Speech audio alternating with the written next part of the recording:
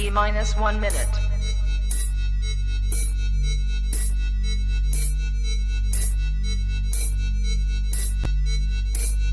T-minus 50 seconds.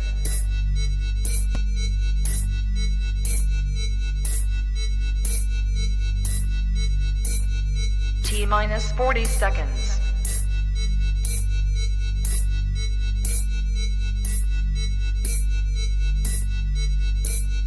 T-minus 30 seconds.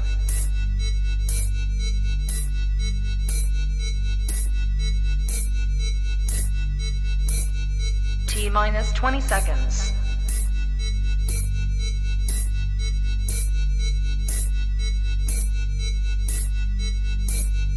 Ten, 9, 8, 7, 6, 5, 4, 3, 2, 1. Public service announcement. I need all my Titan fans to come on down. Grab you some popcorn, grab you a drink. Titans Colosseum in the building. Yeah, not, boy, I'm in the game. Still ballin' out, never change. I be reppin' my hometown for the whole city, really knew my name. Boss talk, I don't do favors. Yeah, we signing deals with the top players. We just started this lifestyle. We be having all kind of haters. I'm a madman, they better come get me. Wanna box me in, but I'm too shifty. If they come at me sideways, I'ma stiff on me like Derrick. Hear me, now listen, we're not the same. EA Sports, boy, I'm in the game. I be reppin' my city, dog. Got a Titan logo hanging on the chain. Big money, big moves. New stadium on the way. Nashville, we hold it down. We the one team that you don't wanna play. They be trying to talk down on us. I just laugh at them and I walk away. I don't tolerate disrespect. Might shoot a fade, penny hard away. Big money, big moves. New stadium on the way. Nashville, we hold it down. We the one team that you don't wanna play. We be putting in the hard work, so we coming in with all kind of skill. I be living in the end zone. My finger roll like Tannehill. What's poppin'?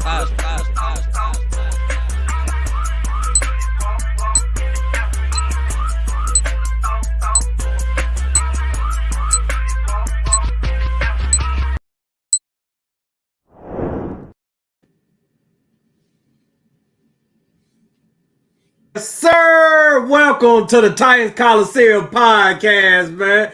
Hey, 5-star, what you cracking up about up over there? I saw you messing with the mute on the mic. I seen it. Yeah, man. Can't be talking over that fire intro, man. And speaking of that fire intro, man, RJ dropping that mug on iTunes soon, man. So y'all stay tuned. And make sure y'all download that thing whenever RJ drop it, man. Shout out to RJ tonight, too, man. He handling business. So just me and Firestone rocking out, man. We ain't going to hold y'all all night, but we going to get to this two-tone business, though.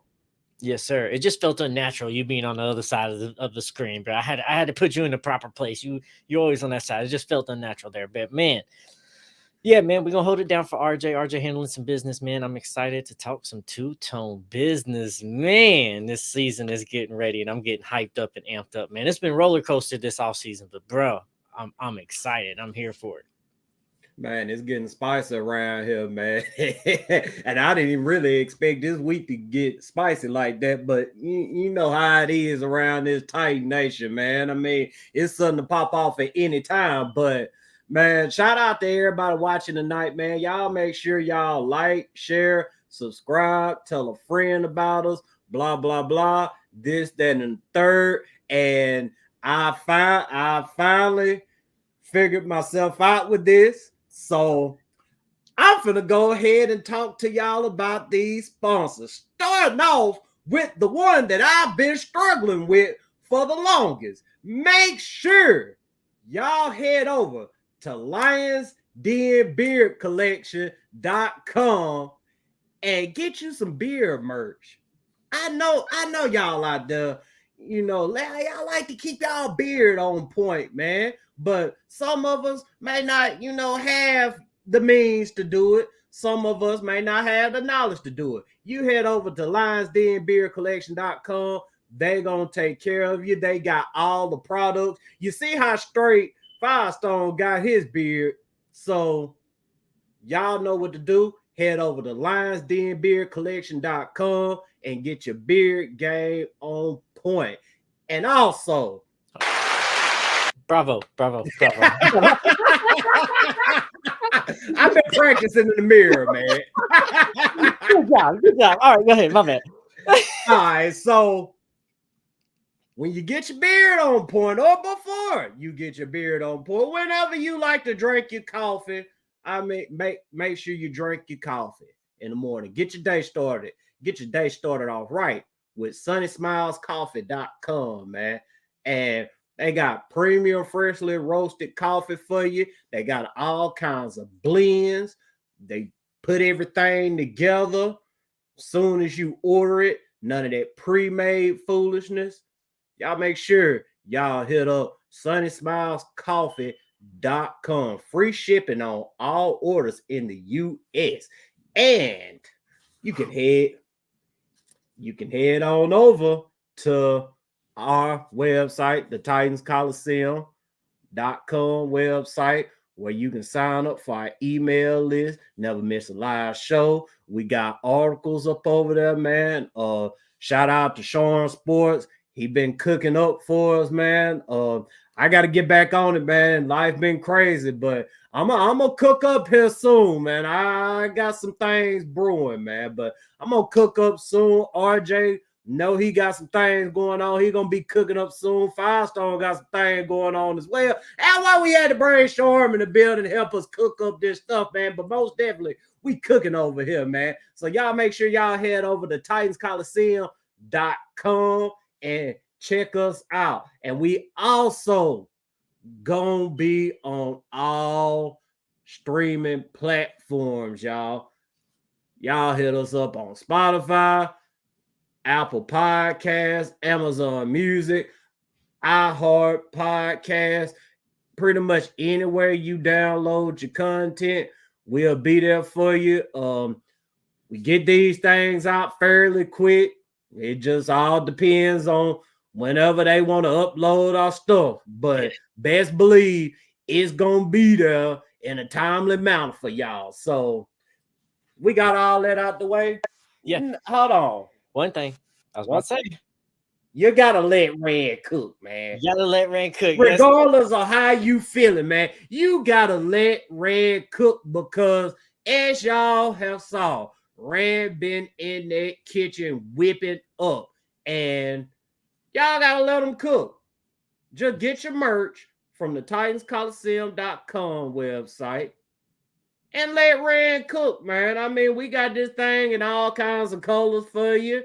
I mean, I know y'all here for the two-tone blue or whatever, but you know what I'm saying? If you want to step back from that for a second or whatever, man, and rock something else, I mean, sure, we got you covered, man. You see me last week downtown at the comedy show with the Let's Red Cook shirt on, the black and red jump, man. It's crazy because I put on that shirt and Red cooked up luxurious Sneed, man. I felt like I was a good look charm for real. But man, y'all make sure y'all go get y'all some merch, man. Now we can get to this two-tone business. Yes, sir.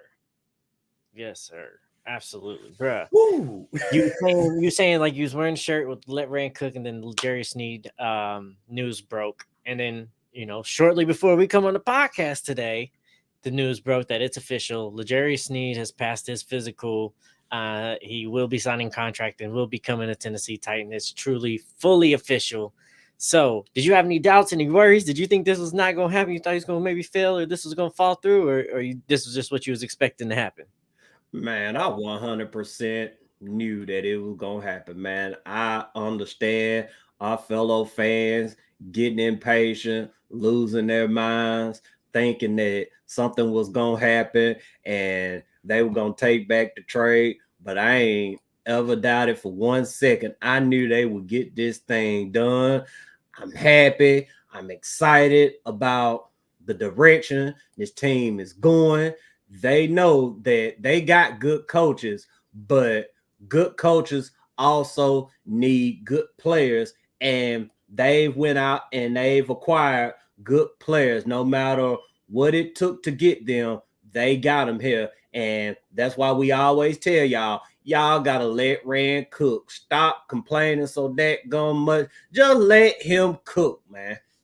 Yeah. No, bro, there's a little part of me that was like, don't get too excited, because Tennessee Titan things have happened in the past where we get too excited about something and something falls through or something was just a rumor. So I was like, I don't see nothing happening, but my Titans PTSD is tingling right now, and I'm afraid something's gonna come through. And mess me up real quick. So I was trying not to get too excited just in case. But no, man, I'm happy, bro. I'm excited now because, dude, we have a duo at DB at corners that we haven't had in a long time. And for the past couple of years, our pass coverage has been ass. It's been atrocious. It's horrible, and now it feels like we're finally taking the next step and not feeling like everybody's about to come cook us in the passing game. We got some guys that can line up and handle business across people. And I know we're going to talk about something later on in the show, so I'll make sure we'll bring that up then. But got some people that can sit on the island, bro. Bro, man, I'm excited to see what we got to do. We got to get something interior for Jeffrey Simmons to help, but this does definitely help Jeffrey Simmons and Harold Landry and Arden Key up there up front, having guys like this on the back end that doesn't let guys get open right away and gives you some time to get to the QB. Yeah, for sure, man. Denard Wilson, he pretty much told you what he was looking for in his introductory press conference. He said that he was looking to attack. He's gonna be smart about it, but he was looking to attack. And trading for L'Jarius Sneed, that pretty much lets you know that they're going to be on the attack. Something that a lot of people don't talk about with Sneed is he's a damn good blitzer too. I mean, he's played all over the secondary. He's played on the outside, played on the inside. He's followed the best receiver around. Matter of fact, he went to his coach and told him he want to follow the best receiver around. And right there lets you know that's a certified dog. That's something that the Titans haven't had in a cornerback since, good God, I can't even think off the top of my head right now. Cortland Finnegan, man. I mean, Cortland Finnegan, regardless on, how he got whooped in Houston that one day, he had that dog in him, man. I mean, he wasn't going to back down from anybody. And Sneed, he cut from that same cloth, man. And like I said, I'm excited to see the direction this team is going in. Yeah, and I know everybody keeps bringing up, hey, he locked down Tyreek Hill that game and this and that. And they keep focusing like he locked down Tyreek, which is a good point, a great point. But I also want to bring up a point that was a cold weather game too. A real cold weather game. And that's usually when you see real football players play. And Sneed didn't back away in cold weather. He was like, I ain't got no problem with this. Let's go out there and play. We know like a stadium is coming, so that's not going to be a thing you have to deal with. But Nashville weather is cold and you're outdoors for now. So them late push runs in the later of the year, you need guys that don't mind playing in the cold. And Sneed does not care about playing in cold. He could have used cold as an excuse, let Tyreek Hill run all over him and do all this and that, like some players do. But no, he has that dog in him. He had that fight in him. He wanted to stay up on him. He wanted to jam on him, press on him, have contact. Didn't worry about the weather. Was a non-factor for him. And that's also what I loved about watching that breakdown too. Yes, sir. Yes, sir. Let's go ahead and get some shout outs in, man. Because shoot, we've been running our mouth long enough, man. Shout out to Chief Rand, man. Hey, you know Chief Rand gonna let Rand cook, man. Shout out to Top Tier, Julie Keon. We got our day one core in the building. We got shout out to Mac. Shout out to Mac, man. My motherfucking dog Mac, man. That's all I got to say. My motherfucking bro, man. Shout out to Mac, man. Shout out to TI2 Titans Idiot Nation in the building, man. We cooking up for y'all too, man. Rand ain't the only one that's been cooking, man. We cooking up for y'all, and hopefully we gonna drop some news on y'all here soon. Shout out to Nancy, Moneyline Mill. Shout out to Faye, CJ, Pete. I mean, everybody joining us tonight. Melinda, y'all, oh yeah. Some things been going on or whatever, but Melinda and her crew, they got it situated. Get out of the Titans Army and go join the Titans Militia on Facebook. I mean, same group of people, minus one the way that it needs to be. They gonna take care of you, and we gonna get them a banner made up here soon.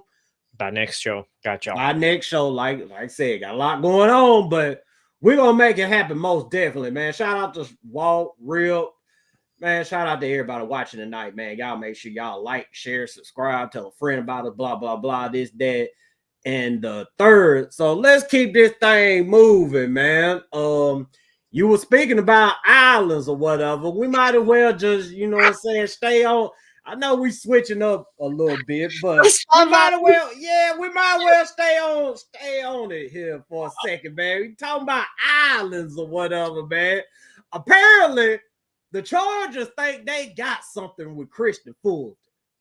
As y'all know, they signed Christian Fulton. I guess it was yesterday, and on their caption, they put Fulton Island, which caught a lot of us off guard. I mean, we ain't never heard of Fulton Island. I mean, once upon a time, there was this thing called Fulton County Jail, but it ain't got no inmates in it. So, I mean, we kind of, forgot about that one until they brought up the island. Like, what island? Who's on this island? We don't know anybody that's on this island. But I mean, that ain't everything that went on with that. Christian Fulton was apparently lurking through some comments or whatever, and he decided to talk about the Titans as an organization. And I can't pull it up right now. He went on and deleted it and said that he got hacked and all this, but he pretty much said the Titans ain't a winning organization. I looked at that and I was like, bro, come on now. Now you seriously gonna sit up there and say the Titans aren't a winning organization when you just signed to probably it ain't even close, a worse organization than Tennessee. And I'm gonna get my thoughts about it, but I'm gonna let Firestone talk about it first, man, because boy, Christian Fulton, man, Jesus Christ. Bro, that shit cracked me up when the Chargers posted that and said Fulton Island. I was like, Fulton Island, bro. We've heard of a Fulton speed bump where his ass is getting ran over by wide receivers, but I ain't never heard of a Fulton Island, bro. This shit was ridiculous. I had such a great laugh at that when I saw them post that up. That I just couldn't believe their social media team clearly does not pay attention to football whatsoever. Most people's like Fulton Island. Their fan base probably is like, I ain't even heard of this dude. But no, when I was in Vegas, the guy I was out there for, man, he's a Chargers fan. And that's when the Fulton news broke. And he's like, hey, man, should we be excited about this? Tell me about this Christian Fulton guy. We really need DBs. I was like, hate to disappoint you, man. It's like this guy that you're going to need some work on. And maybe this Jim Harbaugh can do stuff, but I don't know. We're going to see. If it was your last regime, y'all definitely wasn't going to improve this guy whatsoever. But I was like, man, this is not.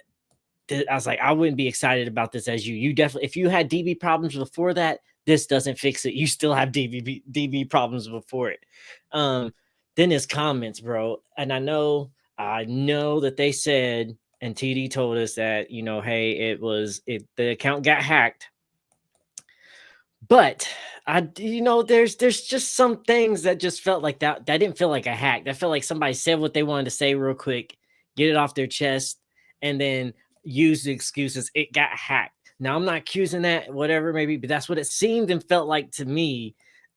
It was a weird situation. It was crazy to see this dude talk. And that's the thing that it confused me all the time, because like all year when you heard him talk in the locker room and everybody kept saying it was confidence, and I was like, I think he's delusional. I think he don't think he's the problem. I don't think he thinks he's bad. I think he thinks the organization is the problem. There were so many times where he sat there and he's like, no, I played technically sound today. I played great football today. I don't think there's anything better I could have done. And it's like, bro, I get confidence, but this is not confidence. Hey, man, I'm laughing at Corey coming, man. He said, oh, yeah, AJ just scored again on Fulton, man. Man, listen, man, I don't know why Fulton decided to, go with the whole hack thing or whatever. They was already tearing them up or whatever, but just off the Fulton Island thing alone. But then when he opened his mouth, man, it just got worse, man. I mean, you had people even saying that Fulton had pulled the hamstring, making the comment, and that, he caught a 15-yard holding penalty in the process. I mean, shoot, man, it ain't get any better for Fulton, man. This dude got to learn, man. Just stay out the comments, bro. I ain't mean to take over 5 Stone, but go ahead. Yeah, good. But that's just it. I don't know if he has it. I think it's starting to feel like he really thinks that he's playing the best game and he's one of the best guys out there. And it's like, bro, you have a lot of shit that you need to truly work on. You get burnt on a lot of stuff. Like somebody said in the comments, double moves and Fulton's disappeared. Like, where the fuck did he go? Like, if dude come, like, we've seen so many people run right over him. Seen so many times. Oh my God, he's on the field to play guy. we ain't gonna be able to make it through this one right here. It's crazy. They say he even guard his own social media account. Bro,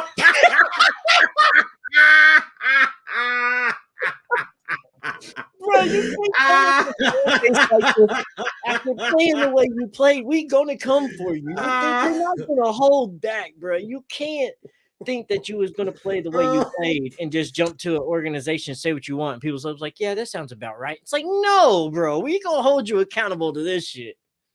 Man, shout out to Mr. Titan, man. Y'all make sure y'all go turn Mr. Titan up on YouTube, man. And turn up his Twitter too, man. He always coming through with some great content and some great positivity, man.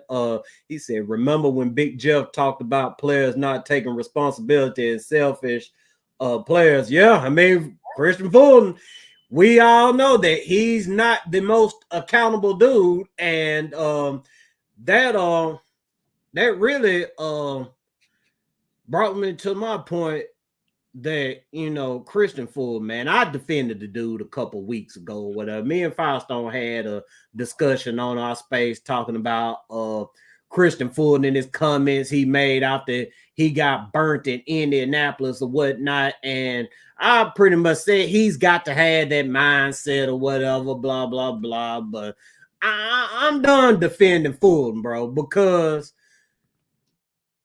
people that don't hold themselves accountable always look at things as if it was always somebody else's fault.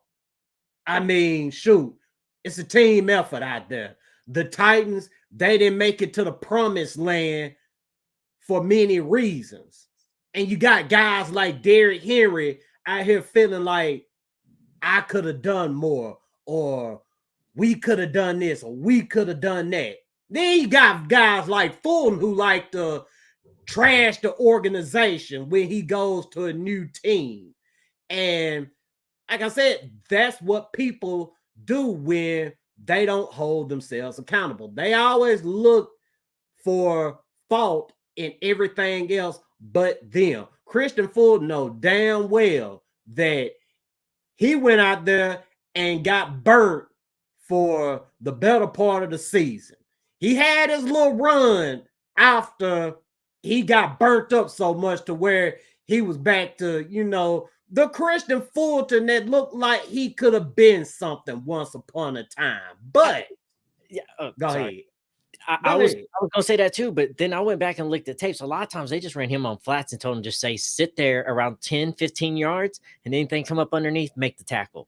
And it seemed like that's all they asked Fulton to do at some point at the end of the year. And it was like, he's playing technical sound. Then I started watching. It's like, he's just lingering there. He's just waiting for underneath shit and then go. Like they're letting everything else go past Fulton and simplifying it. Yeah, man. I mean, shoot, they had to try to save him the best way they could because, I mean, Lord knows we did not have much or any depth behind Fulton. That's why they couldn't take him off the field probably when they wanted to. But, I mean, that dude right there, man, it's not going to get any better for him until he starts to hold himself accountable. And he thinks he's going to a better situation in LA, but he's not going to the LA team that has won a Super Bowl here recently. He's going to the LA team that only went to the Super Bowl once in their existence. And during that time, I mean, we still had Tupac and Biggie here. So I mean, what are we talking about, Christian Fulton? What are you talking about the Titans aren't a winning organization. You literally just signed to a worse organization. Good luck to you, though, bro. You still in the league and everything. Hold yourself accountable, man, and do better. And stay out them comments. Yeah, bro. I was fine because when we was in that Twitter space, and I get what you was trying to say, but I was like, I don't think that's Fulton though. Like, you got to have that mindset. I get it, but with that in that moment, you got to know that was the worst game you played up until that point. You got to know that was the worst game you've put on an NFL tape, and you can't come out like you can kind of maybe defend some of the things you said, but you can't after your worst NFL performance come out and say I played technically sound. I played a pretty good game. I don't think I could have played it any better. What? What do you mean? Yes, you could have, bro. This was pretty bad. It's just so. I don't know. You got some of the players that just think I'm that. They're uncoachable, and I'm not saying he was uncoachable totally. Maybe he didn't respect how Vrabel's ways was and what was going on here, and that might have been a collide of things, which could realistically be a thing. But bro, it was crazy to see all this talk and all this stuff. It's like this whole situation is delusional. I ain't seen this much delusion in the NFL in quite some time. Fact, man. But we gonna take TD's word for it, man. We definitely wouldn't have took Christian Fulton word for it or anybody else he may have sent. But we gonna take TD's word for it, man, because we already know TD gonna keep it a buck, man. And realize this too. LA's gonna find out because who does the Chargers play twice a year? Oh, is that man? Patrick he up over there licking his chop. He up over there delighted, thinking about lighting up Christian Fulton two times a year. I mean, Hollywood Brown, he probably delighted too. He probably done already scored 3 touchdowns on that man. And they got that rugby player that they just signed as fast as fuck too. Yeah. All they did, they're just gonna tell that rugby player, look, all you're gonna do is you're gonna run up to him, look him straight in the eyes, you're gonna fake right, then you're gonna go forward, and he's just gonna fall on his back of his ass, and you just run his ass right over, and you're gonna get an easy TD. And if he think that Mike Vrabel is a hard ass, he's going to get Mike Vrabel times 10 out of Jim Harbaugh. Because Jim Harbaugh is not going to be playing that shit. Jim Harbaugh is not going to try to sit there and be patient with you while you sitting up out there getting burnt. No, he's going to cuss your ass out. And once he get tired of seeing you get burnt, he's going to put your ass on the bench. And he probably going to cuss you out some more because of how bad you out there getting burnt and not taking any accountability for it. And don't forget, Vrabel didn't have full control. Harbaugh got full control over there too. So you fuck around and don't play, he gonna bring in one of the Michigan players and replace your ass real quick. Man, I'm telling you, man. But hey, we got 356 in the building, man. Y'all been turning us up, man, for probably the last month or so, man. It don't even feel like no months, man, because time just go by fast when we with y'all, man, because we love chopping it up with y'all, man. But y'all make sure y'all like, share, subscribe, tell a friend about us, blah, blah, blah, this, that, and the third. And man, we gonna get to some real two-tone business. We just had to go ahead and get the Christian Fulton thing out the way because it's funny as hell. But if I needed this week, I appreciate it. Thank you, Chargers media. So, man, you already know, Firestone, man. The discussion that's pretty much going around amongst Titans Nation, man. This whole thing about, what the Titans gonna do with the 7th overall draft pick. Are they gonna go left tackle? Are they gonna go wide receiver? Who knows? I'm in the line of thinking that the Titans should go with the best player, not named Ron Meduze or Brock Bowers. But I mean, other people, I know they got their opinions or whatever, but that ain't what we're gonna talk about here tonight. What we're gonna talk about here tonight is the PTSD amongst the fan base. Because it seems like our fellow fans have PTSD from watching Andre Dillard and Dennis Daly over the last couple of seasons. And I understand it. For real. I understand it. I was right there with y'all, getting pissed off, about ready to break my TV, about ready to go down to the stadium or even go down onto the field and square up with one of them dudes. But at the same time, I'm not going to sit there and say with a straight face that the Titans should pass on Marvin Harrison Jr. or Malik Neighbors if they are available with the 7th overall pick just to address the left tackle position. The left tackle position is a big need. It's a premium position. I'm not denying any of that. But in today's league, you need playmakers out here on the field. Yeah, you need to protect your quarterback. Yes, I mean, the game is won and lost in the trenches. But at the same time, you do not have to have an elite offensive line to get the job done, especially when you got a quarterback with the arm talent of Will Levis. You need weapons. And if one or two of these guys are available for the Titans, it would be foolish for them to pass on a Marvin Harrison Jr. or Malik Neighbors just to address a need because of PTSD. You're not going to fix the offensive line just by drafting left tackle. You still need to address right guard and right tackle. So this isn't an overnight thing. But if you get one of those playmakers, one of those so-called generational talents or whatever, you could have a wide receiver group that the Titans have never had. I can't think of a time the Titans have had a receiving core that would be on the level of a DeAndre Hopkins, Calvin Ridley, or Malik Neighbors, or Marvin Harrison Jr. Think about that, y'all. Y'all gonna let PTSD sway y'all from having an elite wide receiver group, and you need that in today's NFL. Firestone, I done did enough talking about this shit. Go ahead. Bro, I'm with you because this is what I've been preaching all offseason. Me as a fan, biased as it may be, bro, I've been a Titans fan for a long time. I've seen us draft a lot of offensive linemen in the first damn round. Like it happens a lot. And you're constantly sitting here watching these other teams get the flashier, cooler, more athletic, more playmaking type people in the first round. And you see them go on and have careers of doing shit. And you're like, oh, great. We got an offensive lineman. But they're pretty good, but it's not that big of a leap to me in difference of offensive line level, as long as you can do the job that we're asking of you. We don't need you to be the best of the best on the offensive line all the time. Is it nice to have that? Yeah, but you ain't got to have that on the offensive line.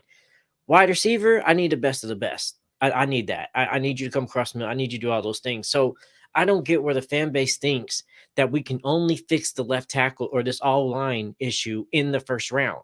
I don't get that narrative. I don't understand why if we don't draft a left tackle in the first round, then we are not protecting Will Levis. We just want Will Levis to get hurt. We are not doing the things. They aren't thinking right. I don't get that narrative because we can still address it in the second round. We can still get that. If you think and if you're scouting well, and I trust Rand enough, if he says that I believe I can get this guy in the fourth round and does exactly what we need to do, and Bill thinks he can do it too, and then we can get some skill players in 1 and 2, and then still get the guy we want in 4. I'm trusting in that too, because that's when Rand is. And I'm not saying that's what they are, but whatever Rand does, I'm entrusting in it.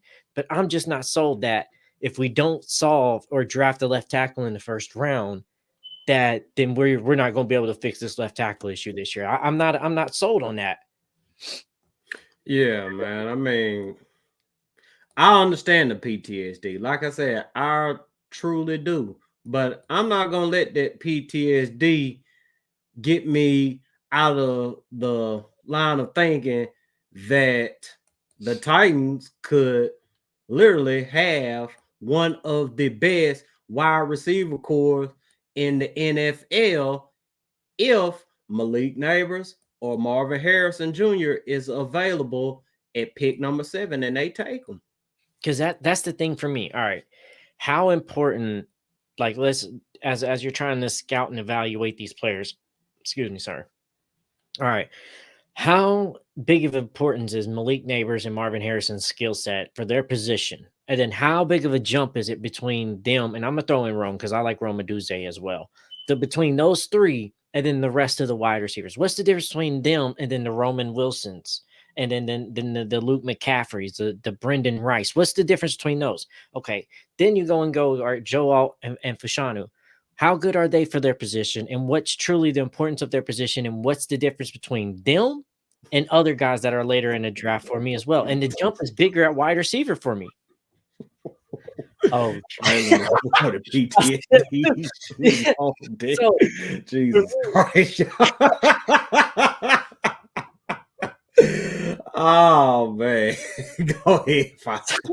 So for me, it's like, I know it's like, well, QBs went down, QBs got hurt last year. Okay, but that was Andre Dillard. That was a completely different offensive line coach. It's already a different O-line than last year with a center that's better.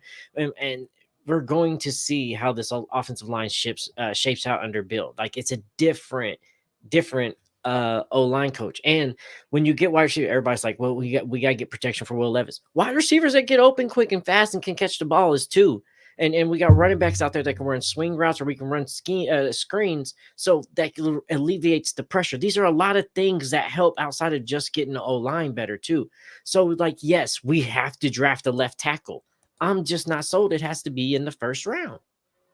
Nah, it doesn't have to be in the first round. And honestly, I mean, if we draft one in the first round, I'm not going to be mad at all. No. I mean, I'm really not. Like I said, it's a premium position. It's a need. But at the same time, I'm not going to be running around here thinking, oh, man, we got Joe Alt, man. Our offensive line is fixed. We're good for the next 10 years. Hey, look at it. Look at the Browns with Joe Thomas. Look how many years the Browns suck with Joe Thomas out there with his Hall of Fame ass blocking like a motherfucker. I mean, come on, y'all. You still need to address right guard and right tackle. And then you still really don't even know about Skoronski. I think Skoronski is going to be okay. But, I mean, you have to see that play out on the field before you can actually say it's okay. And I know this is a new GM too, but it's also you got to realize too that we've had O-lines that we thought was going to be here solidified for 10 years and they didn't. Remember, we had the Lowan, Jack Conklin, Ben Jones, and thought that was a good solidified O-line. If we just figure out these guards and play right, we'd be good. Like, it doesn't always have to be the nicest guys that you want to have out there. It just has to be the guys that does what you want. And I have extra faith now in this O-line can be turned around because of Bill Callahan. He can get guys out there. It's like, hey, you don't have to be the Joe Thomas, what I need you to do. I just need you to do this. Take your steps right, bend, anchor, round your corners this way. Let the player play themselves. Just coach them up into being what we need them to be. We don't have to have an all Hall of Fame O-line. We just need an O-line that gives Will Levis time to breathe, make plays, and don't get him injured. It doesn't have to be a Hall of Famer O-line. It just has to be an O-line that actually does its damn job. And I'm not, thinking that just because we got Bill Callahan, we can just go stick any old bum up out there to play on the offensive line. But y'all got to keep it right. Y'all got to keep in mind who we had coaching Andre Dillard and Dennis Daly and all the other guys who got beat up on the offensive line the last couple of years. You had two of the worst offensive line coaches in Titans history, probably in the NFL, honestly, if you want to keep it funky. I mean, Jets fans are complaining about Keith Carter right now. And Vrabel to replace Keith Carter, Vrabel went and hired his assistant. So how'd you think that was going to turn out? Facts, bro. My ideal situation is I hope, and I know Vikings are going to move around and everything, but I am so hoping something don't work with Vikings and that 4th to 6th pick. Then they have to come for us where they are at for 7. They want JJ McCarthy. He's still on that board. We want to come grab him at 7 for these other guys come. All right, well, hey, we need both those first round picks. Then we can go ahead. You can get a left tackle and a wide receiver, or even Brock Bowers. Or Brock Bowers probably gone by that point. But you can get you a left tackle and a skill position player all in the first round at the same time and still be good too. And then you got a 2nd round pick early coming up as well. So like, I wouldn't be surprised if we do move back. Everybody's getting so sold on Joe Alton. I wouldn't get sold on that just yet. I would be open-minded that possibly left tackle in the first round, but we might trade back. It doesn't have to be Joe Alton. Man, we're going to bring special guests in the building, man. Y'all should already know who he is. If you don't, you bullshitting, man. He don't need no introduction, but hey, man, I'm going to just go ahead and let him talk to y'all. Titan John, what's happening with you? What's up, man? Y'all know my video always messed up, but I got some headphones today, man, so y'all can hear me good. Yes, yeah, for sure. Yeah. Because I know it's all about quality, man. You know what I mean? Yes, for sure. So I was listening to y'all talk about the Titans, man, and I think y'all are partially right. I mean, I think y'all right, man, because when it comes to the 7th overall pick, man, what Rand Carthon has done for this team, like what he's done for this team, it's like no matter where he go, you feel like it was the right answer. Like it could be tackle, it could be wide receiver, it could be edge rusher. I want to say that, but I can't. You know what I mean? But you can't protect your quarterback right now. You don't really need to be worried about no pass rush. You know what I'm saying? Like for real. Yeah, facts, bro. It's just it's weird because I haven't felt this confidence in a GM in a long while. Even when J-Rob was here, like I was like, okay, I'm gonna give you the chance. Maybe we'll see what these. But it wasn't confidence. I was worrisome at first on a lot of those things. But Rand's like, what he's done so far, he's come and pulled things out of the hat that we would have never expected as Titans fans, because Titans would have never done this before in the past. And you're making good deals. We wasn't sure about that SMB last year deal. SMB came in here and played good corner. We wasn't sure about the Al Shire. Came through and broke the record for tackles. So Rand clearly can see the talent. So whatever he decides at 7 or trade back, I truly believe that he sees that talent and knows that they're valued at that. And he clearly knows how to value talent right. And it's crazy, man, because we sit back when Derrick Henry left, we was losing our mind. Like, what we gonna do? Like, this is the new look Titans. We ain't never seen a team like this. Like, no matter what happened this year, every fan in here got to be honest. It don't matter how bad this season or how good this season. We always expecting a lot, and we was happy with what Rand did. We need to go ahead. Everybody need to let us know that they happy with what Rand did, because if we come in and we have a losing season, you're going to have fans. I told y'all we should. Nah, bro, we was all happy. You know what I'm saying? Every time you come on. Facts. It's like I'm going to stake out. Nah, I ain't gonna lie. It sound like it was a taser going off in the back. Nah, that's my car, my AC be clicking every time. You know, I'm in a Challenger, so the AC be messing up. Long story short. No, sure, it's all good. Sure. Yeah. But I ain't gonna lie though, man. I'm ready for this season, man. And one more thing I was really happy to hear, and it almost cried, I almost broke down in tears, is when the head coach looked at the camera and said the starters are playing preseason. I almost lost it. I almost cried. We've been needing that. I almost cried, boy. We've been needing that around here, man. It's been a long time coming. Man, boy, I ain't gonna lie. I said we got our guy. We got our guy. You feel me? It's just for real, bro. Like, you know what I'm saying? I was so mad to see Ryan Tannehill go in and hand the ball off 3 times and walk off the field. And at the beginning of the season, just looked like he ain't never played. Bro, so angry. Especially coming off the injury. You didn't play this man, whatever. Oh, bro, I was so pissed off when I seen that. I don't understand, bro. I don't understand why every preseason, all we trying to do is run the ball. Bro, y'all know y'all can't throw. Why y'all ain't trying to do it now? Like, get that out the way, man. It just had me hot, man. But it was like they were too scared to show their playbook in preseason, so people was gonna guess it. It's like, motherfucker, your playbook ain't that creative anyway. They had to have about 5 plays. You know what I'm saying? Like, come on, bro. Like, yeah, but like I said, man, I'm ready for this year, man. And then I know it's gonna be some growing pains for Wills because he gonna put the ball in the air this year. I can't wait.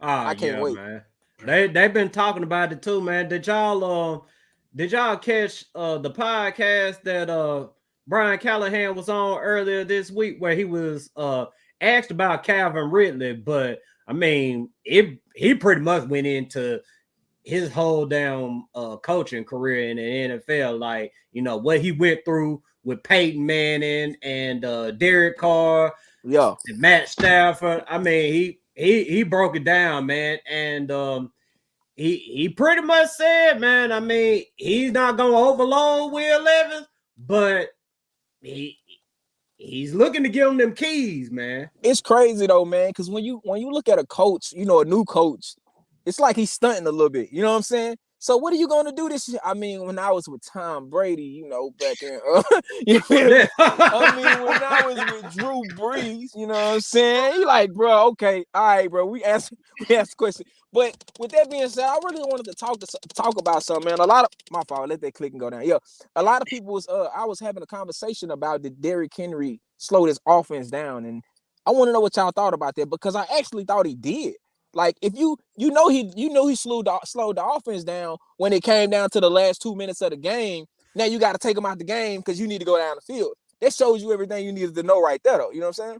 I put that on coaching though, because for me, Derrick Henry doesn't slow the game down. A coach that don't know how to use him properly slows the game down. When you try to use him in situations where you don't need to use him, don't know how to use him as a decoy in those last games. How many times did people know at the end of the games you're going to run? Like you said, we're going to run. Why the fuck aren't you keep playing action and doing these little trick plays and trickery, this and that, when you know people certain like you got to learn how to use those things. And now I think they ever use. I think when you play Derrick Henry, you just trying to wear down the defense into the fourth quarter. That's if you look at every game we play, we trying to just making sure it's a close game into the fourth quarter instead of putting them numbers up. You see what I'm saying? That's the Titans. Fourth quarter, we run the ball, Derrick Henry. I'm like, bro, we need to be out there airing it out now.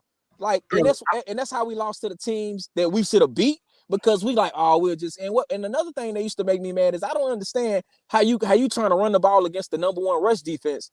And with the 31st pass defense, you ain't trying to throw the ball. Like it's things like that made me mad, bro. I ready to fight. Yeah.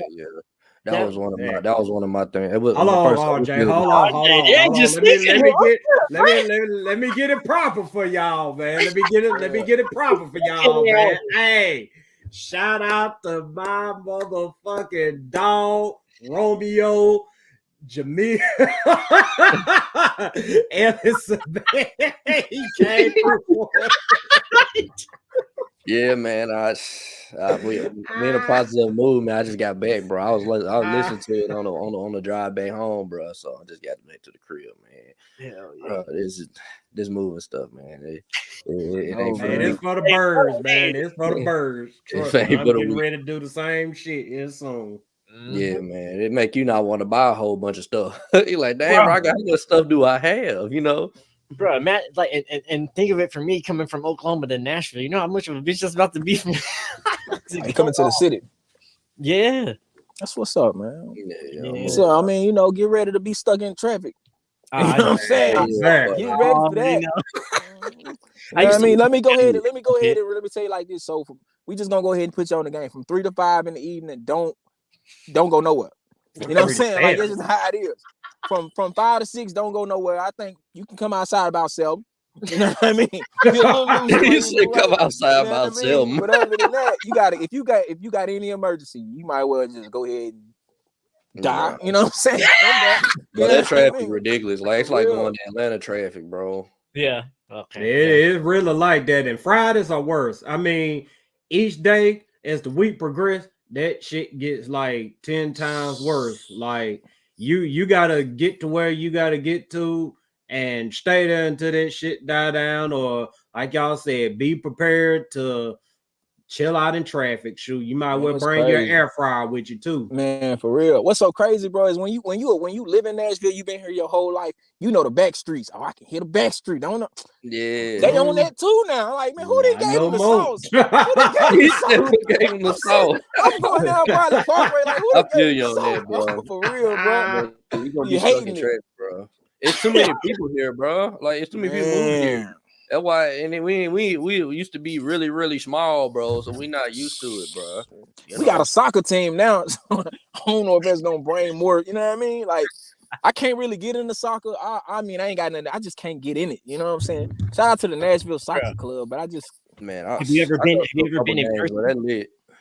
Have I ever been in person? Yeah, nah, I ain't. That's what I'm saying. I ain't never been. Like, I don't even like going to Titan games, bro, because I'm not a fan of spending $30 on a hamburger. I just be at the crib. I be at the crib. Like, I can't, you know what I mean? Okay, you better goddamn get it in before you go up in there. Goddamn do all your drinking, smoking, whatever before you walk up in there. It's different for soccer, bro. It's just different atmosphere being there than watching live. And I say the same thing about hockey. I can't stand hockey, but if you say, let's go to a hockey game, I'll go with you just because the atmosphere in that arena, bro, is so electrifying how they play. The same thing with soccer, bro. I don't know shit about soccer. I don't know the rules, but if I go to a game and they have all that energy going, bro, it's just contagious, and I love it. Man, I just one of these days, I ain't gonna lie, I can go to a baseball game. It's, I can give me, I love those funnel cakes. You know what I'm saying? I can eat it all day. I can't really do nothing else. But yeah, back to the boys, man. I'm excited about this year, man. I'm excited every year. Don't get me wrong. But the way he building this roster, we have never had two elite wide receivers. I know we're gonna say AJ Brown and Corey Day. No, we ain't never had two elite wide receivers. Not only that, we have never invested in our corners like we invested in our corners. Not only that, we have never built our team around the quarterback. It's just to make you happy, bro. You know what I'm saying? Like, we always built to hold teams off into the fourth quarter. That's it. Like, yep, to the fourth quarter. We've always been built for a dog fight, which I appreciate. But at the same time, like, some of these teams, we didn't have any business being in the dog fight with. Exactly. That's why we lose, right? Exactly. I remember when I think it was the Jets. They ain't won no game all year, and they came to Tennessee, and y'all remember that game? Mm-hmm. Yeah, man. You know, as a fan, you looking at the roster, or you looking at the schedule, like, go on, put a W by that. You know how we get down. No, you gotta erase that whole W.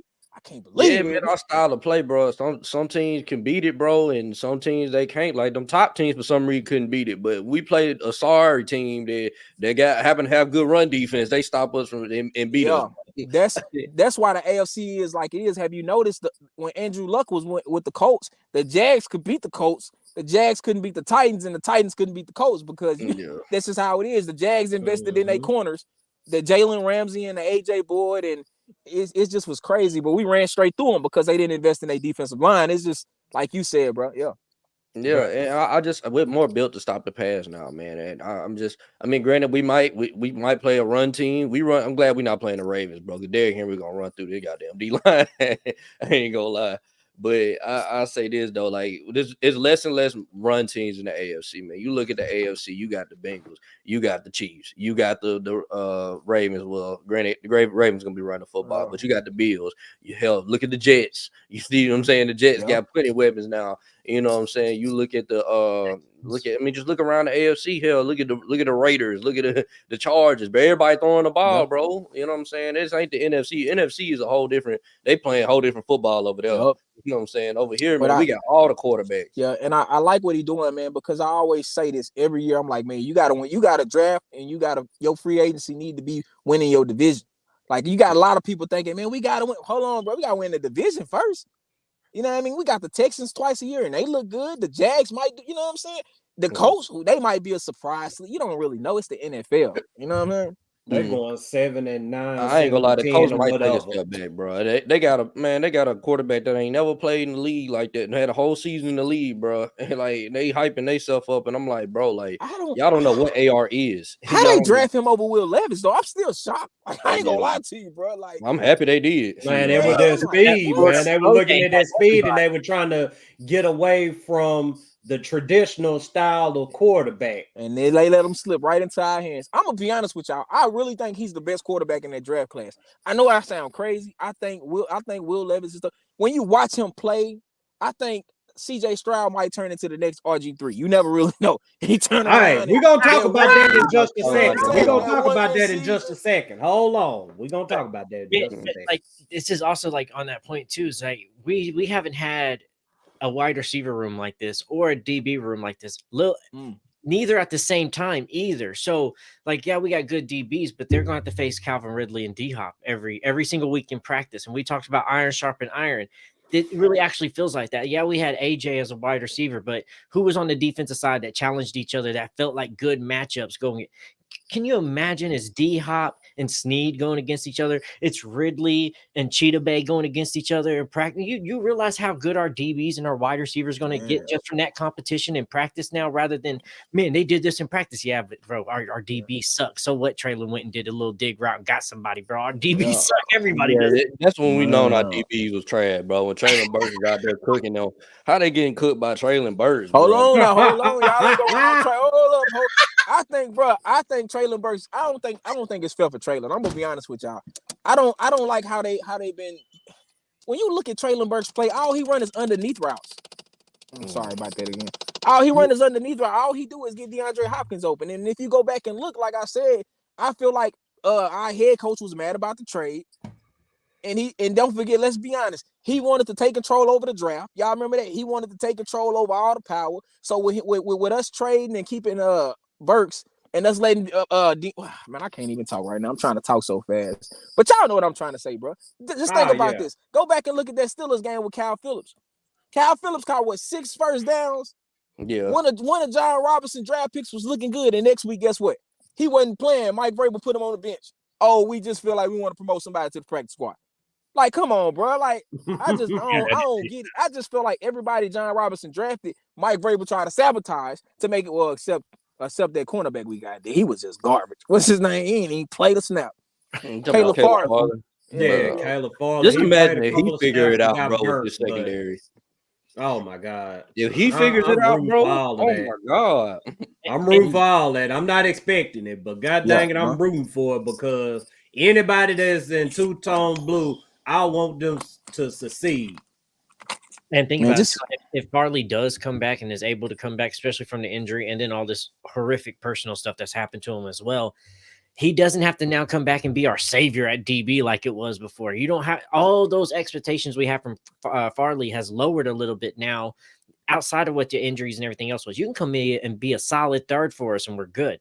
Play that slot position for us really well. Hold that down. Sneed and Cheetah Bay out here got everybody else. You can play 3 or that 4th cornerback slot between you and Roger McCreary. And there's a lot less on your load that you have to try to come back and feel like you got to take on right after this serious ass back injury you just had too. Man, he gonna always have a back injury. I don't get it, bro. Like when we first drafted him, I said this bro just had 2 back surgeries. I don't see that as a corner. That's not really, you use your back every time. Like, come on, man. Yeah. Like, it's crazy, man. So Titan Jones, who's your pick at 7, bro?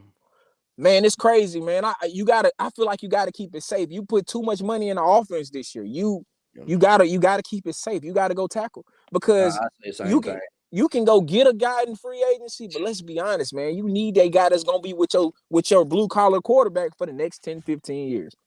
Yeah, I feel like I can't see that. I can't see what I saw this year, bro. And that's Will Levis getting sad. He didn't make it through both Houston games. Both Houston games, he got hurt, bro. You know what I'm saying? I feel like this, bro. Fighting for his life. I feel like this. He got popped. Huh? I feel like this. Right when he bought the offensive line suitcases, you should have already been. You feel me? Like, yeah, that was the message. Bro. You talking about wide receiver? Nah, you know what it is. Y'all gone, bro. Like, for real. Yeah, man. We'll talk about the tight end situation a little bit, man. Shout out to Jason Holmes too, man. How y'all feel about the tight end situation? I feel good about the tight end situation for the simple fact that I understand that it takes a little bit for tight ends to come along. I mean, a lot of people compare Chig to Jonnu or whatnot, and they don't even acknowledge how bad Jonnu was when he first stepped into the starting role. I mean, shoot, Jonnu was damn near on the way out of Nashville before he even really got to prove himself. But once he settled in, he got a payday. So I think it's the same thing for Chig, man. And also, too, you gotta understand, Chig, he had to stay back. And help Andre Dillard, Dennis Daly, all them dudes or whatever. He had to help them out because they couldn't do their fucking job. So I think we good at tight end. I'm not drafting no damn Brock Bowers with the 7th overall pick. Trade back, yes, I'll be more on board with it. Only because you'll be getting draft capital. But other than that, stay away from them. Yeah, I was wishing that we trade back last year, man. I was like, man, let's trade back. I wanted the extra pick this year, man. Just imagine if we would have had 2 first-round picks this year. I'll say this, though, man. A lot of people are not putting in perspective that we can trade back in the 2nd round and get us a 3rd-round pick as well, man. I think that's what we're going to do. I think we're going to stick and pick at 7, and we're going to trade back in the 2nd round, man. Probably get like a Chris Braswell, somebody in that path. We need to be able to get to the quarterback. We got to fix this line of scrimmage, bro. You know what I'm saying? Outside of Harold Landry and Jeffrey Simmons, I can't trust nobody to get to the damn quarterback, bro. I think we just lost Nico Autry. I know we need an edge rusher, bro, but I think we need another defensive tackle. Like, I think for the Titans to go defense, if they go in defense, I think they first pick on defense should be safety. Because if I see Elijah Molden playing safety one more time, you know what I'm saying? Like, if you go I'll back, say this though, you can find a good safety in the back half of the draft. If you go back and go look at that what's that game, the Jag game, you wonder why Kyler really in the backfield. I'm like, what?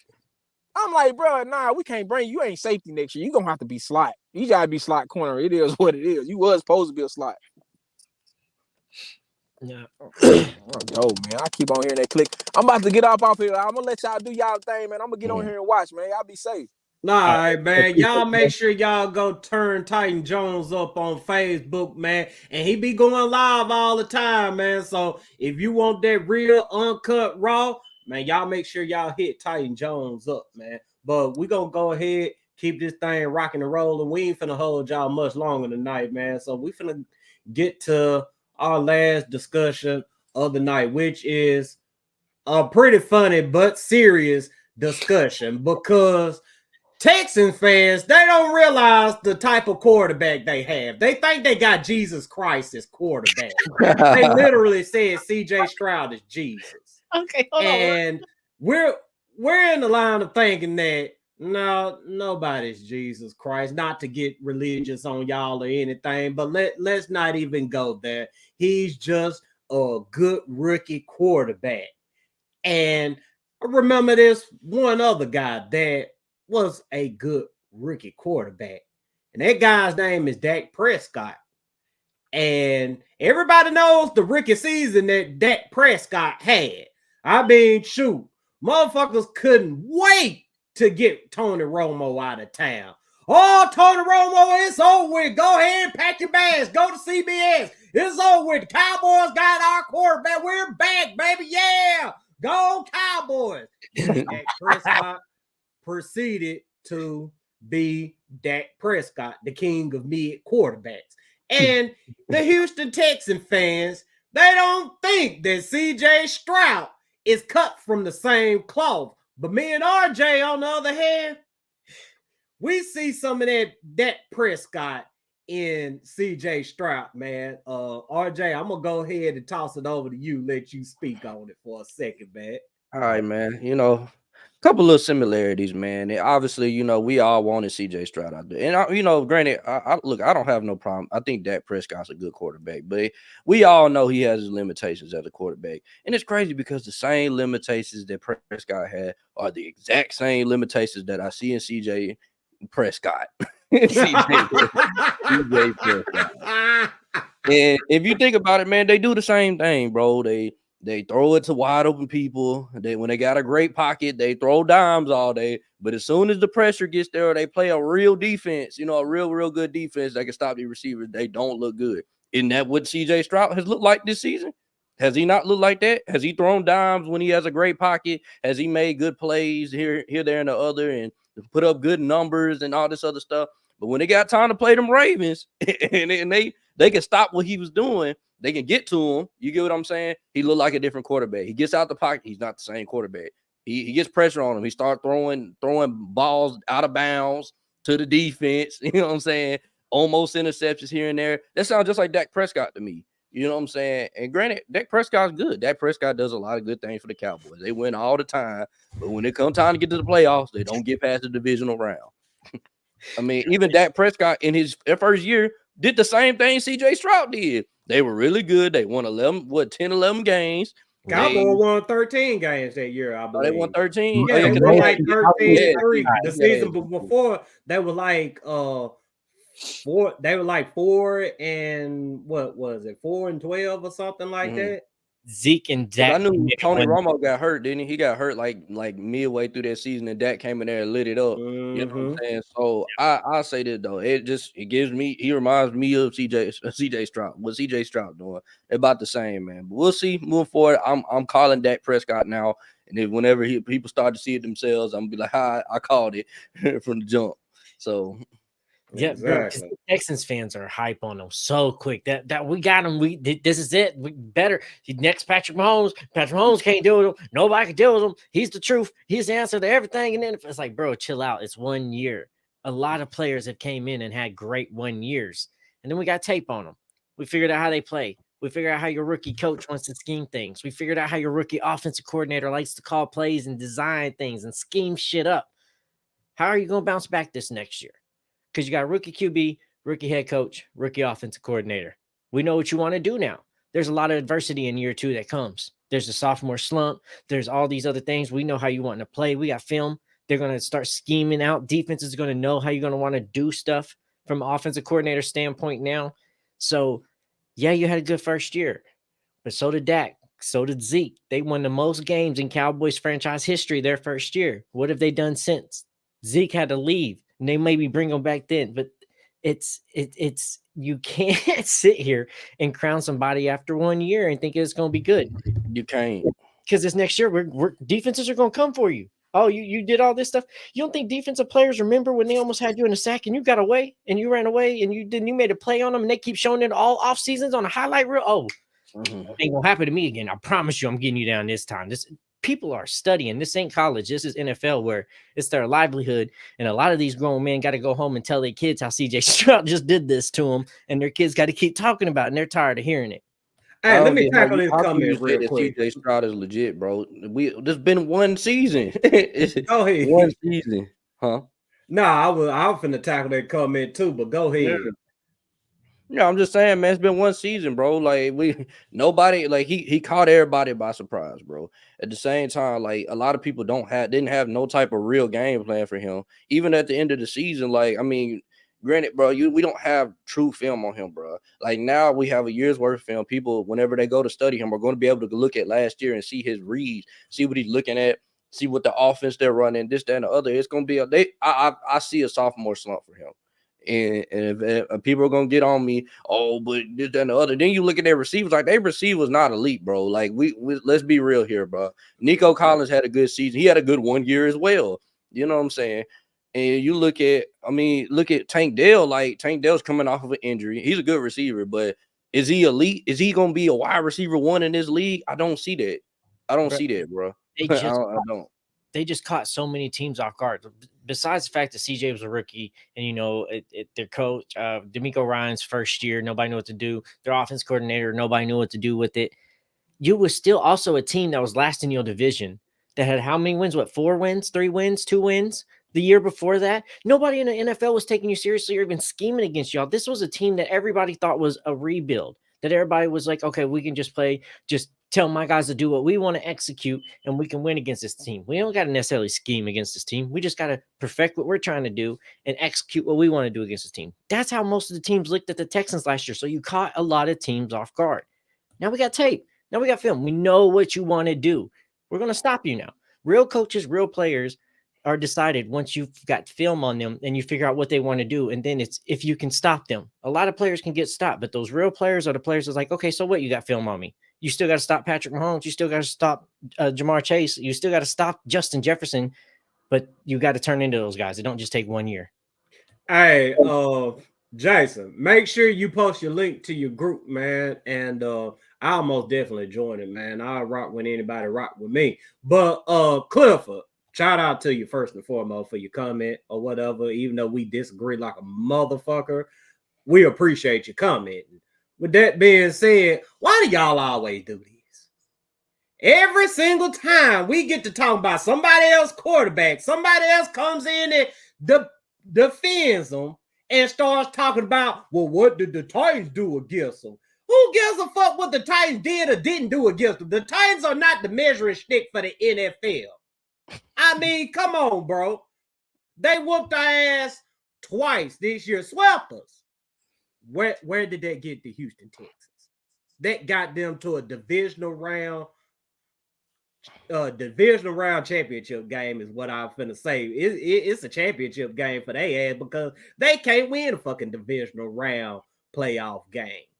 But my point is, leave the Titans up out of this, bro. The Titans aren't the team that's going to propel you to a Super Bowl. No, they beating up on the Titans doesn't get you anything outside of a win. The Houston Texans, they have bigger problems to worry about. They have a first place schedule on their hands. And sure enough, they got to face the Titans. They got to beat them again. But they also got to beat Kansas City. They got to run it back against the Ravens.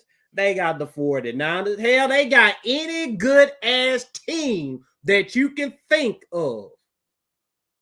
They got to get past them in the postseason in order to get to a Super Bowl. It ain't the Titans they got to worry about. So leave the Titans up out of this. And he said the receivers were not elite. He said receivers were not elite, but CJ made them better. Like, I'm not denying that he's a good quarterback. Nobody on this panel does not believe that he's not good. Dak Prescott is a good quarterback. Nobody's denying Dak Prescott is good. We get it. He has limitations, but he is a good quarterback, bro. I mean, you can't deny. You look at his numbers. That's a good quarterback. You feel me? Nobody's denying him as a good quarterback. What I'm saying is that he's not Jesus Christ. He's not Tom Brady. He's not what the Texan fans are hyping him up to be. They're hyping him up to be this top 5 quarterback that's ready to take over the league, and he's not that. You know, he's not that, man. He's not Patrick Mahomes. He's not Tom Brady. He's not Peyton Manning. He is Dak Prescott to me. He is a friend's top 10 quarterback, probably top 10, and probably will be a top 10 quarterback, probably at 9, 8, 7. He'll be around that range. And he can beat you any given Sunday. That's what he is to me. But in the playoffs, he gonna choke. You already know.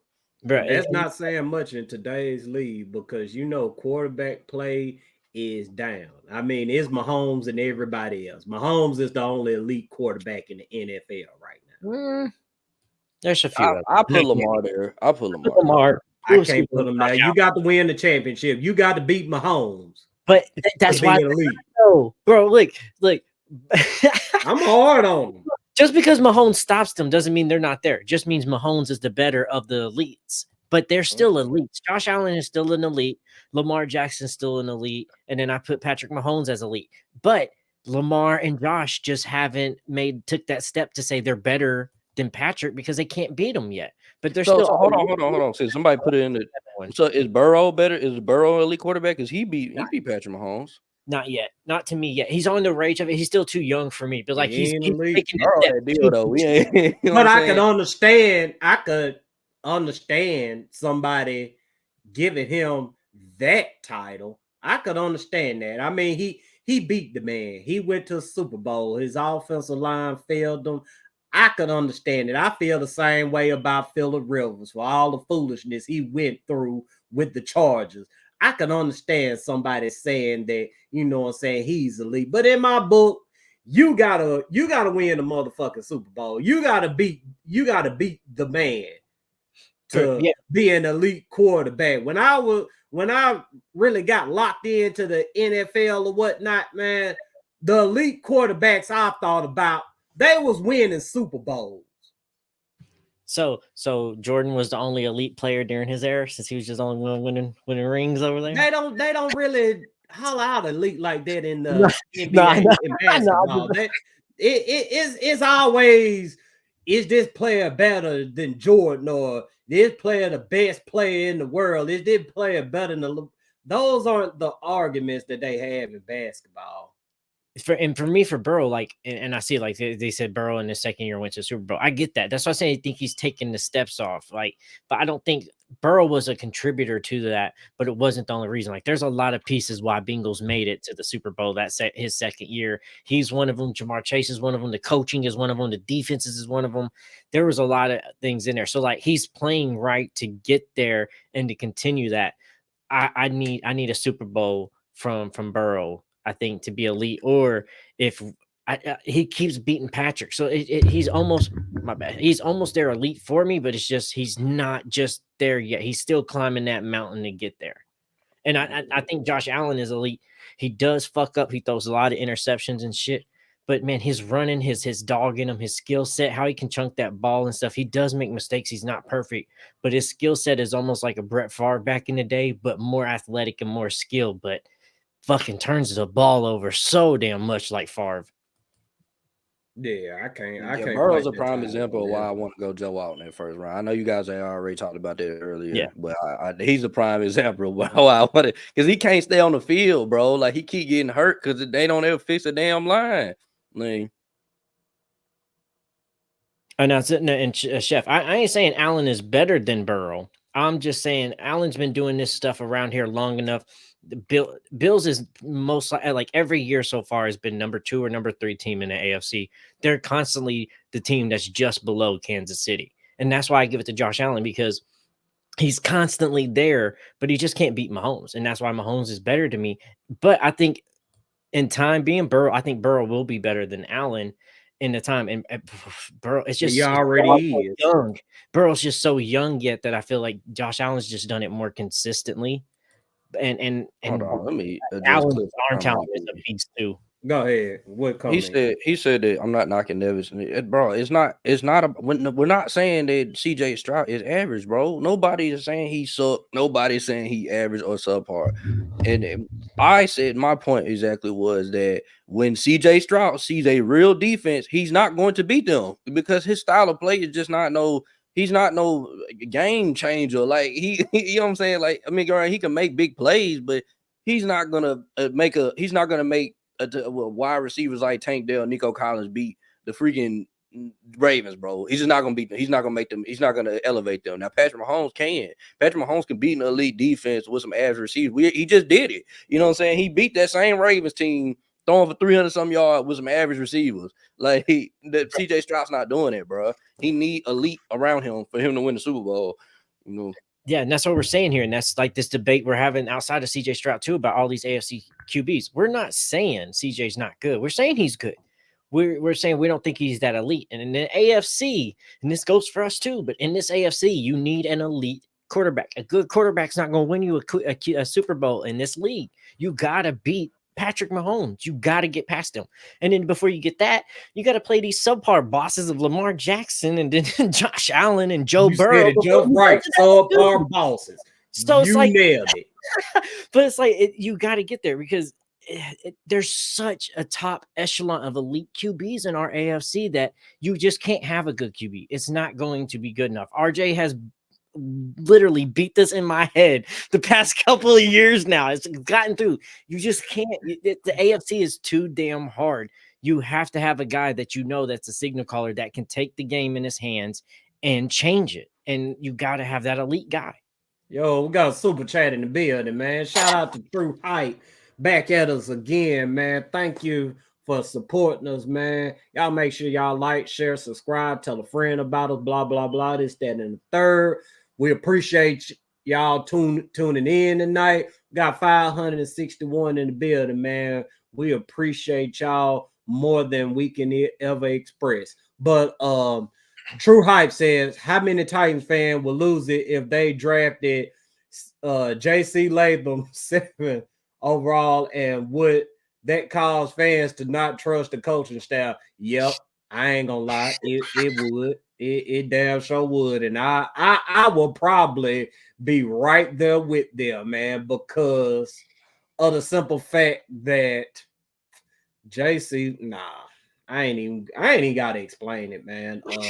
Bro, the only person the Titans should be, the only person that the Titans should even be considering when it comes to offensive line is Joe Alt. If Joe Alt is there and those, two playmakers are gone, you take Joe Alt. If Fasanu is there, I mean, you can have a debate. I wouldn't be mad about Fasanu, but JC, no. He's getting talked up right now for a reason. You really didn't even hear about JC Latham until, earlier this week, probably last week too, if I can remember correctly. So he's getting talked up right now. Drake May is also getting talked up right now. You can't fall for this. What's going on with the draft? They're going to try to talk dudes up and they're going to try to talk them down. I'm just like, man, we doing all this talking, we doing all this hype. They hyping up Dallas Turner and Latu, and they hyping up pass rushers. They doing all this, bro, and we gonna pick Joe Alt. I'm just gonna keep it 100 with y'all. We doing all this. We about to draft Joe Alt, bro. He's gonna be the guy. I'm gonna stick on it, bro. I'm gonna put a sticky note on my computer right now that says the Titans will be drafting Joe Alt, just so I can keep on constantly reminding myself not to sway away. Don't say no Brock Bowers. Don't say no Odoozy. Is gonna be Joe Alt. I feel it, bro. I just Notre Dame offensive lineman. I can't remember the last Notre Dame offensive lineman that failed. They got Zach Martin, Quentin Nelson. You get what I'm saying? They got what's the guy that played on the Eagles, bro? Like they got a left tackle on the Eagles that's a freaking beast. Like, bro, they are O-line you, bro. They're O-line you. And Joe Alt's gonna be the next person in line to be a part of this great Irish left tackle situation, man. Oh.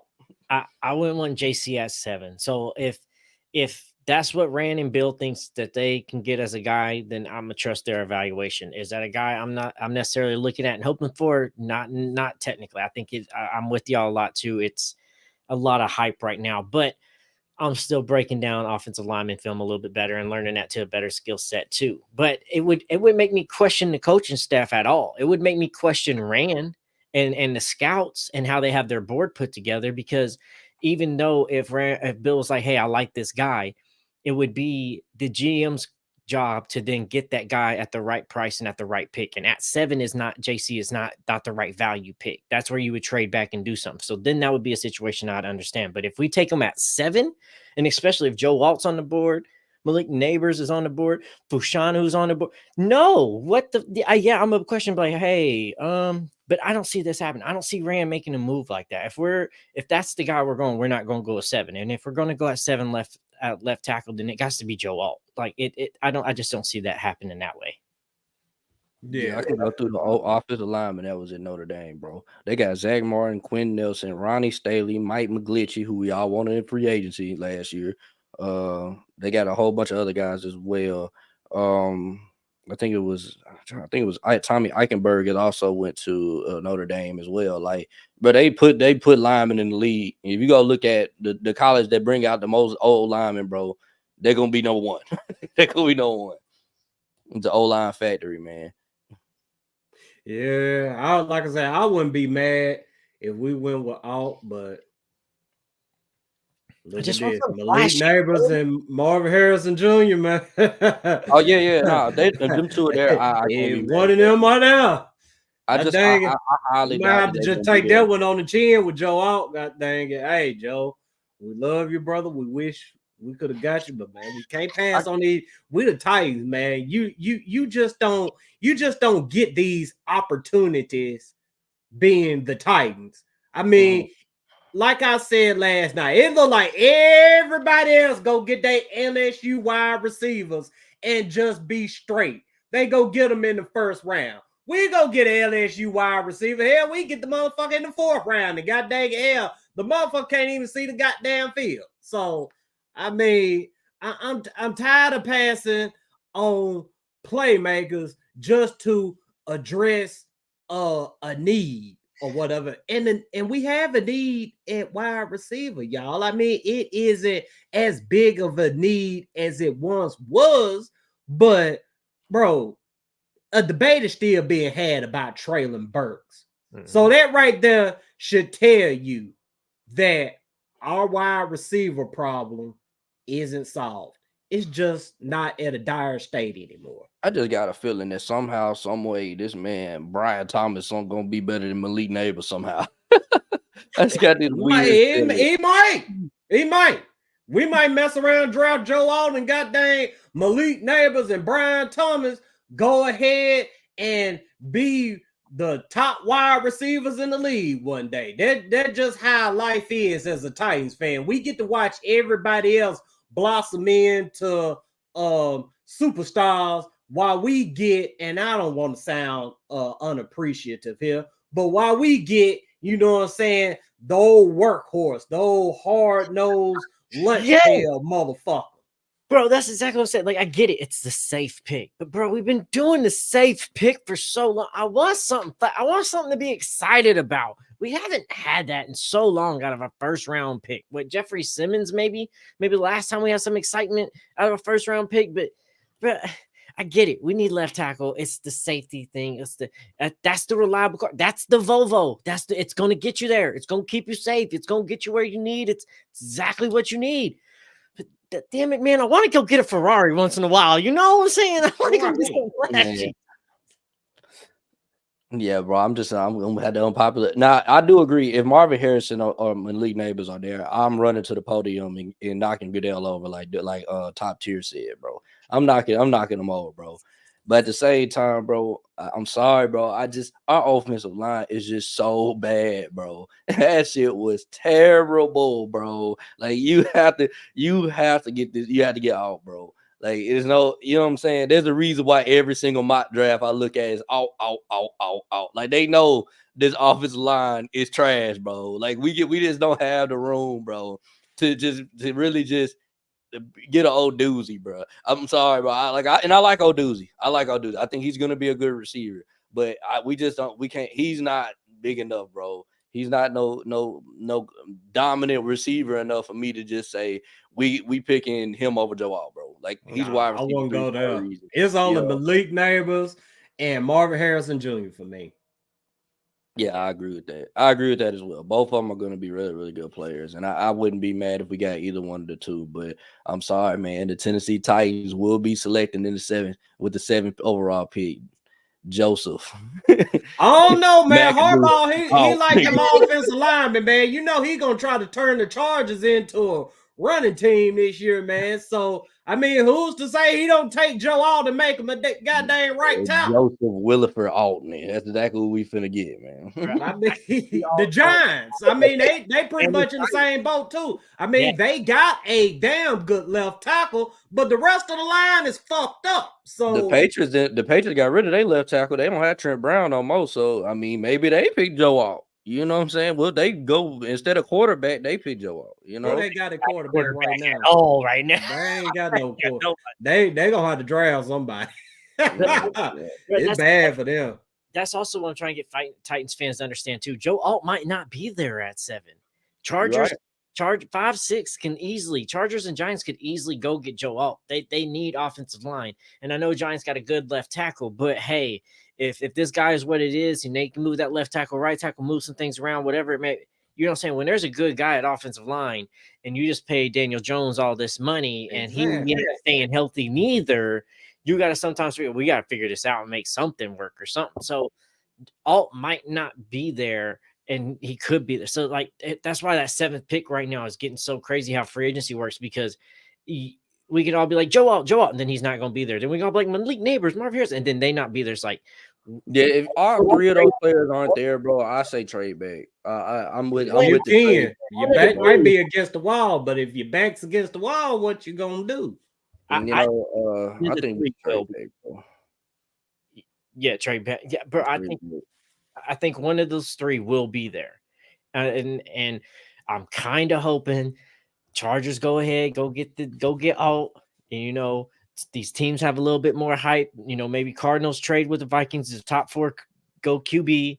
Then, you know, Chargers go out. Giants. We also haven't discussed either. And I know we really ain't discussed. I've been on Twitter, man. I've seen on Facebook. I haven't seen anybody talk about this.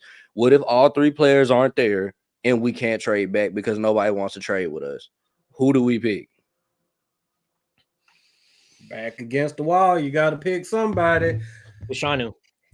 Yeah, it's got to be Fashanu. Yeah, I mean, for Sanu, if he's there, you would get him. I'm not taking Rome Medusa or Brock Bowers with that 7th overall pick. I'm not touching them with that pick right there. I would much rather roll the dice on developing Fasanu. Hell, even if you got a goddamn stick the motherfucker on the right side or whatever to just get his feet wet and sign somebody like Mekhi Becton to be your left tackle. Even when we got to do that for a season, I'm down with that.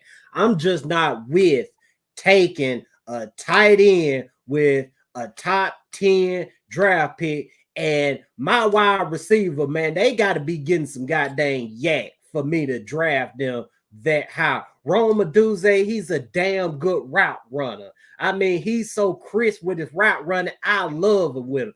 I love that ability in him. I love his hands as well, but he just don't have that explosiveness that I need at a 7th overall draft pick. Okay, so Morocco, let me ask you this, all right?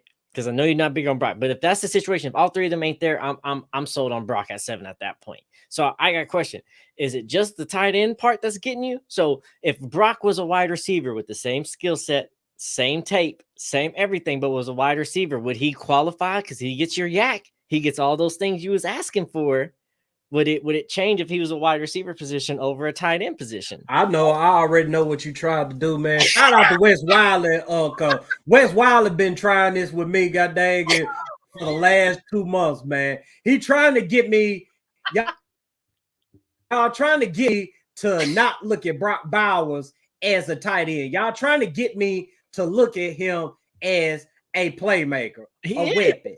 Yes. And I feel like we've been here before with the likes of Eric Ebron and Kyle Pitts and TJ Hawkinson, and the list goes on, man. I mean, Vernon Davis back in the gap.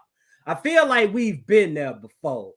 And I wouldn't go down that road. I mean, at the end of the day, they gonna be paying this man as a tight end. You know the whole big debate they had about Jimmy Graham back in the gap when he was lining up all throughout the Saints offense or whatnot, and then it came time to pay him. They were like, nah, you a tight end, bro. And he was trying to argue that he's a wide receiver. I mean, that's pretty much, you know, what Brock Bowers is going to be faced with at some point, because I do think he's a damn good tight end, but I just don't believe in drafting tight ends that high, because the best tight ends in the game, they didn't even get drafted that high. Travis Kelce got drafted in 3rd round. Kittle got drafted in 5th. I mean, Kelce had issues. Kelce wasn't this player in college. Kelce had issues of character and doing bad things in Cincinnati, not showing up for practice. Kelce had a whole bunch of other shit that made him a 4th round pick. It wasn't just his skills. Kelce was he was a hair up your ass in Cincinnati. He had issues that was his own, so that was a little different. But this, like, when I watched tape of Bowers, and like I said, I was with you on this beginning, and I still don't want to take him over anybody else. But if he's there and those other 3 guys aren't there, I would take that at 7, and we can't trade back. But the way he plays, and especially now the hip drop tackle not being there, bro, the hip drop tackle not being there, and Brock Bowers doing what he does and how he plays, bro, he's just going to get even more yak out here. He plays all those tight ends that you brought up too. Like, those other guys was more physical. They ran over you, and they were more possessive guys that caught the ball and then got down, secured those things. And that's what we was excited about, those tight ends at that time. Brock Bowers truly does something different we haven't seen from the tight ends. I don't think ever, the way he runs stuff. He is like a wide receiver that they just put in a tight end position and just changed the rules. Yeah, man, they cutting up in the comments, man. Yeah, I don't even want to think about this fan base if we draft what's his name at 7, toot or whatever that that pass rusher from UCLA. Boy, even though I do believe he's a beast. I do believe he's a beast. The fans ain't gonna be able to make it, bro. He wasn't on my mock draft. He wasn't there. I don't know who that the same old Titans. They gonna be calling him Derrick Morgan 2.0. I'm done saying I don't want nobody in the draft, so RJ want everybody. That's what it is. I learned my lesson with Will Levis, bro. They ain't let me live it down, bro. Oh, man. I didn't want his ass. I'll be Morocco here with Roma Duze. He's been like, I don't want Rome. I don't want Brock. We're going to get Roma Duze on his ass. I'm telling you, I'm going to tell y'all who the Titans going to deal with what I dealt dealt with, bro. I'm done saying that people suck in the draft, bro. Because that's when it always hit me. It always hit me the morning of the draft. For some reason, I just get up and I just feel like Joe Wall. The Titans finna go do this. Like, for real. I call this shit with Jack Conklin. Like, the morning of, I remember I was on the way to work and I was getting off on the exit and it just all of a sudden hit me like, these motherfuckers finna go get Jack Conklin, which I wasn't mad about, but I just felt like they was gonna go get fucking Jack Conklin, just like Corey Davis. I didn't see Adore coming. I damn sure didn't see Pounder coming, but you know, I just had these little intuitions inside of me that, you know, I just feel so connected to the situation. I know what they gonna do before they actually do it. Man, last year you called the first two picks, bro. You was there. We was like, man, we hope we gonna get something good here. This next, like, watch, they're gonna get Peter Skoronski. He was like, no, man, come on, we want something shiny. We want something flashy. Boom, Peter Skoronski. And damned if not after that, you're like, why do I feel like they're gonna get Will Levis by the end of the day? And then they was talking about it, and then we was making our jokes in the damn group chat, and he was like, haha, y'all making jokes, but today's the day Will Levis comes a Titan. And I was like, Morocco, stop that shit. Sure enough, boom, Will Levis, Tennessee Titans. Like, oh man, I was beating down my sternum wheel like a motherfucker when they drafted Will Levis. First thing I did, god dang it, I hit my sternum wheel with a goddamn jab. I'm like, oh, why the fuck y'all had to draft this motherfucker? And then I pop, hit it again. Man, my sternum wheel caught a goddamn ass whooping out this world when we drafted Will Levis. But it just comes to show you that just because you don't like a dude coming into the draft doesn't mean that he's going to suck when he actually gets on the field. You have to see it through. You have to ball up your emotions and support what the team does, no matter what, man. I'm gonna keep it 100 though, bro. That draft, after we left that draft last year, bro, I was pissed, and I hope this year we're pissed because, bro, he draft everybody we don't want, and they work. You know what I'm saying? I was like, okay, I like Will Levis. Okay, I like Peter Skoronski. I like Tajay Spears. You know what I'm saying? I like, you know what I'm saying? Like, he's like, okay, I see why we drafted him. You know, Troy said the Titans. Hopefully he'll be pissed again because he pick everybody we want. It may not work. You know? Bro, that Will Levis pick is I think the great iconic moment for us when we were like, all right, we trust Rand now. Because all that draft, when we got Will Levis, it was like, man, what the hell? Why did he do this? Why did he go get Tajay, this and that? And it was those two picks, and then you start seeing the season play out, and you're like, okay, Rand knows what he's doing. All right, okay, all right, we got trust in him now. We had to go through that curve of, why we got Will Levis? No, why we draft Tajay? We still got Derrick Henry. And then watch everything turn out. It's like, okay, we trust Rand now. All right, we got you. All right, bro, we got to get something sexy. No Diddy, but no homo, no Diddy. Yeah, no Diddy, man. We got to get somebody sexy, man. The Diddler. The Diddler. The Diddler. The Diddler. Mr. Diddles.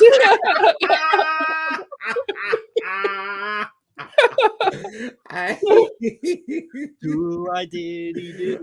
man, but for real though, man. I mean, they got to bring some kind of excitement with this draft coming up, man. I mean, yeah, we done dressed a lot, but I mean, it doesn't stop here, man. I mean, they got to get up out of this same old type, man. They gotta get some playmakers, man, and get they 9 to 5 coal mine workers later on, man. But we're gonna go ahead and wrap this thing up, man, because shit, the Tennessee Vols about to get ready to play some basketball tonight, man. Yes, sir. RJ, how you feeling? I'm a little bit. I'm gonna keep it 100, y'all. I am a nigga Barnes. I'm not a big Barnes person, bro. But if he wins tonight, I will give him his flowers. I would say he is the best coach that we've ever had. And on top of that, if he gets into a Final Four, I will be on the Barnes train. I am positive Barnes. I'm up with Barnes. But I'll say this tonight, though, I'm very nervous about Creighton. Creighton can shoot really, really well, and the Tennessee Vols have proven that some games they just can't hit a shot. But they play some elite defense. But so if the Vols can shoot good today, I don't think Creighton stands a chance. But if we can't shoot, it's gonna be a long freaking game, and I'm gonna be pulling my hair out, and we'll see. You know what I'm saying? We'll see if we pull it out then. Hey. Man, I'm gonna try to tune in, man. I tried to watch the game last night, but I end up chopping it up with my fellow fans. That's how much I love the Alabama North Carolina game was really, really good. Yeah, it was intense, man. But man, once they went to commercial break and I got to talking to my fellow fans, that turned into a big long ass post and another big long ass post. And before I knew it, it was 2:00 in the goddamn morning. I said, let me take my ass to bed, man. But I needed to chop it up with my people. I love chopping it up with y'all. But we're going to go ahead and wrap this thing up for the night, man. Y'all make sure y'all head over to lionsdenbeardcollection.com, man. Get your beard gang on point. They got stuff over there for the ladies. Hey, man, shout out to Byron too, man. He making some big moves with this Lions Den Beard Collection thing, man. Y'all make sure y'all use that promo code, get 25% off. And also, y'all go support the bearded one himself, Little Firestone, because he got some coffee out there on the market for y'all, man. SunnySmilesCoffee.com. Free shipping on all U.S. orders. They not gonna play with you. None of that pre-made stuff or whatever. Nah, they gonna get you together as soon as you place that order. Hey, it's some of the best coffee I ever had, man. If you seen my little promo video or whatever you want to call it, man, you already know how I drink my coffee. Fuck all that sugar and all that cream and all that, man. Just give me some 1800, some Quavo, and some Sunny Smiles, and let me go to work, man. And make sure y'all head over to the Titans Colosseum website, TitansColosseum.com, man. Sign up for the email list. Never miss a live show, press article. Shout out to Sean, man. He been helping us cook up over there. We gonna cook up at some point. Life crazy right now, but that ain't no damn excuse, man. That's just what it is. We're gonna cook up soon. But anyway, y'all make sure y'all go over to TitansColosseum.com and check out everything we got going on and get you some merch while you up over there too, man. Stop all this complaining and let Red cook. He been cooking already, so just go ahead and let him finish it all. Shoot. I already feel like I done got Thanksgiving dinner when he cooked up Sneed last week, man. And I was downtown in my Let Red Cook shirt on, my good luck charm. And I'm going to be wearing that mug draft night because if I put it on draft night, we going to walk away from the first round with either Marvin Harrison Jr. or Malik Neighbors, man. But y'all head on over there and get y'all some merch too, man. And at some point, either late night or tomorrow morning, we gonna have the show up for y'all on whichever streaming platform that you use. Spotify, Apple, Amazon, iHeart. Hey, we everywhere, man. Y'all make sure y'all watch out for us when you cut on your notifications. I get my notifications every time that thing gets finished uploading, man. But like I said, man, I really appreciate y'all, man. It's 680 people in the building, man. Y'all been turning us up for this last month. I can't put it into words how much I appreciate y'all. I'm gonna let my brothers try to, but man, I know they appreciate it just as much, if not more than I do. Yeah, man, absolutely, man. We appreciate y'all tuning in. Like I said, this last month has been ridiculous with the support. It has been up tenfold and beyond. So, man, truly thank y'all. Appreciate y'all, everything that y'all's doing. So make sure y'all continue to tell your Titans friends about us. We're gonna be sitting here covering news, and this upcoming season is gonna be crazy. We got a lot of things coming up for y'all, a lot of in-person things coming up for y'all in the future too. So make sure y'all stay tuned and posted on that as well. Yeah. And also, if you didn't know, April 1st, man, we are dropping the intro song, man, on all platforms, man. So if you didn't want to check it out, man, we're gonna have the links up for y'all, man. Y'all can go ahead and check it out, man. Also, man, thank y'all. Appreciate it, man. We are planning some big things moving forward, man. We got a lot of stuff in the pocket, man. So just keep on tuning in with us, man, and it's gonna keep getting better. I promise you. You see, man, we just keep on growing. Exactly, bro. We ain't perfect, but god dang it, we're gonna work to perfection, man. And with that being said, y'all have a great Friday. Y'all be safe this weekend. And tighten the fuck up. Let's go.